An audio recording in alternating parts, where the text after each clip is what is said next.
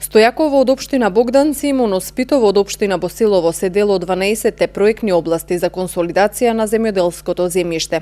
Активностите се дел од проектот Mainland, што го спроведува Европската Унија преку Организацијата за храна на Обединетите нации и ресорното министерство.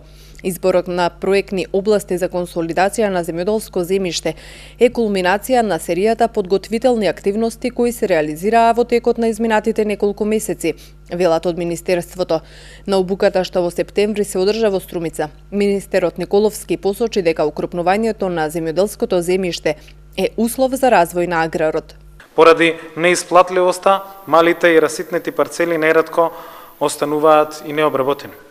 Токму консолидацијата на земјоделското земјиште е вистинскиот начин за укрупнување на земјоделското земјиште, со кој ќе се овозможи секое земјоделско стопанство да поседува земјиште на поголема парцела со правилна форма наспроти малите парцели на различни локации.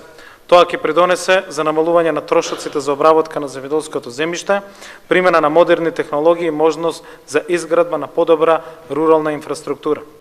Интензивните напори за подигнување на јавната свест и интересот резултирале со 40 изјави за интерес за проекти за консолидација, поднесени од различни локални заедници во декември 2017 година. Во периодот што следува од Министерството велат дека проектот ќе објави тендер за спроведување визибилити студии во одбраните области за консолидација.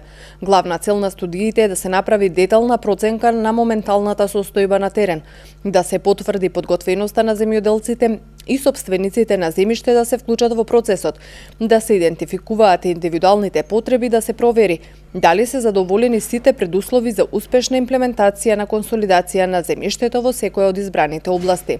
Буџетот изнесува 2,56 милиони евра, финансиран од инструментот за предпристапна помош со 2,5 милиони евра и придонес на ФАО со 61,2 евра. Проектот ќе се спроведува во време трајање од 3,5 години, почнувајќи од март 2017 до август 2020 година.